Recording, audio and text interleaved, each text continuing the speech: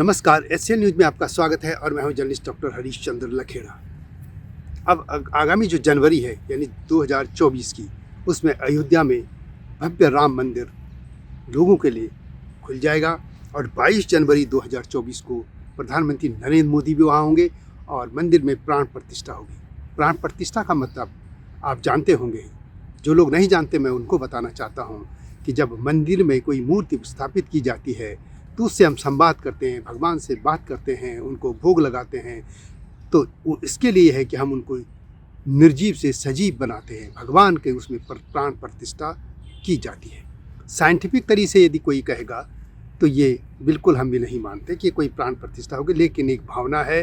पत्थर में भी हम भगवान को देखते हैं, अपने आराध्य को देखते हैं और उसमें हम सब कुछ अपने दुख सुख भी उनसे दूर होने की या कामना करते हैं कि सुख हमें मिले, तो हम उनमें प्राण प्रतिष्ठा करते हैं। तो यह एक शब्द है कि हम अपने आराध्य को एक पवित्र तौर पर उस जगह पे स्थापित करते हैं और यह 500 साल के एक संघर्ष के बाद यह जगह मिली और 500 साल बाद यह मंदिर फिर सनातनियों को मिलना जा रहा है। और इसमें इस मौके पर प्रधानमंत्री नरेंद्र मोदी भी होंगे।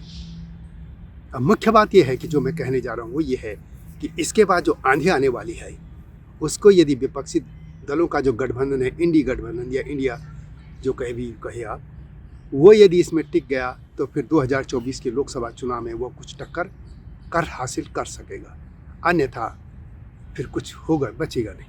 क्योंकि जो संघ परिवार है वो इस तरीके से आक्रामक पब्लिसिटी होगी इसकी कि उसके सामने सब फीके पड़ जाएंगे। क्योंकि वैसे भी विश्व हिंदी परिषद ने उसी दौरान शुरू कर दिया है कि घर घर जाकर 5-5 दिए जलाने का जो उन्होंने अभियान का ऐलान भी कर दिया है। अब सवाल ये है कि ये जो मंदिर बन गया है, आप देखेंगे कि शुरुआती जो दौर था 92 में या 94 के आसपास, वहाँ पे जब आंदोलन बहुत तेज हुआ था और 6 दिसंबर को वहाँ पे एक जो ढांचा था उसको ढा दिया गया था। यह जो आक्रांता बाबर के नाम पर एक मस्जिद थी वहाँ पे उसको ढा दिया गया और उसके बाद अब युद्ध ये कहेंगे कि पूरा कोर्ट तक चला, लोअर कोर्ट से हाई कोर्ट और फिर सुप्रीम कोर्ट, और हर जगह सनातनी जीतते रहे क्योंकि प्रमाण थे और ये सारी गाथा आप जानते ही। लेकिन अब सवाल है कि अब वहाँ पे मंदिर तो बन गया है, लेकिन अब इसके बाद जो पॉलिटिकल भूचाल या जो ये कह सकते हैं तूफान बवंडर भारत में होने वाला है उसका क्या होगा। इसी की काट के लिए जो ये ग्रुप है जो अपोजिशन, इन्होंने जाति में बांटने की जो बात की थी, जाति जनगणना, इसीलिए वो लाए थे, लेकिन लगता है कि उनकी हवा निकल गई है जाति वाली।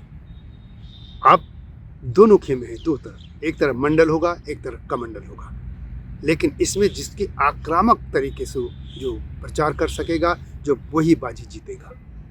ये सत्य है कि पहले भी एक बार ऐसे ही हुआ था मंडल कमेटी में, आपको याद होगा विश्वनाथ प्रताप सिंह के कार्यकाल में, और तब जब उन्होंने प्रधानमंत्री थे वीपी सिंह, उन्होंने मंडल कमीशन की रिपोर्ट जो सिफारिश से लागू करने की घोषणा की थी। उसके बाद बीजेपी के वरिष्ठ नेता लाल कृष्ण अडवाणी रथ यात्रा पर निकल गए थे। उसके बाद का आपको पता ही है कि क्या क्या हुआ, कैसे दंगे हुए, क्या हुआ चुप गया। लेकिन पूरा भारत जो जातियों में बट गया था वो फिर धर्म की तरफ आ गया और अब यही होने वाला है। इसमें ऐसा नहीं कि कोई दंगे होने वाले हैं, कुछ नहीं, लेकिन इस बार जो चुनाव होने जा रहा है उसमें ये बहुत बड़ा मुद्दा होने वाला है और इस मुद्दे से विपक्षी पार्टियां कैसे निपटेंगी। ये जो पूरी आंधी आने वाली है, इस आंधी से राम मंदिर की जो राम आंधी निकलेगी उससे यदि ये लोग टिक गए तो फिर ये चुनाव में भी अच्छा कुछ कर पाने की ये उम्मीद पाल सकते हैं, अन्यथा फिर वही हालत होगी जो अब तक 2 बार से हो रहा है। अब अयोध्या की हम बात करें, अयोध्या में जो बाबरी मस्जिद के नाम पर जो जगह दी गई थी, सुप्रीम कोर्ट के कहने पर 5 बीघे ज़मीन देने की बात है जो दे दी गई है। अब आपको मालूम होगा कि उस जगह पर जो मस्जिद बन रही है उसमें बाबरी नाम का को ही मिटा दिया गया है। वो मस्जिद जो मुसलमान हैं, उनके जो पैगम्बर हैं हज़रत मोहम्मद, उनके नाम पर बनाई जा रही है।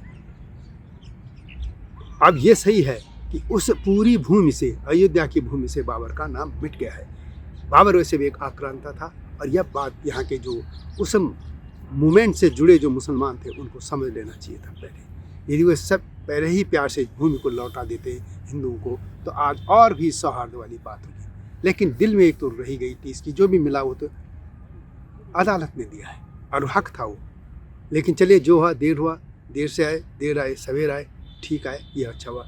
लेकिन अब सिर्फ बात यही है कि पॉलिटिकल अब आंधी आने वाली है, तैयार रहिए। उस पॉलिटिकल आंधी से ये विपक्षी दल कैसे निपटेंगे। तो आप सभी को राम मंदिर की शुभकामनाएं।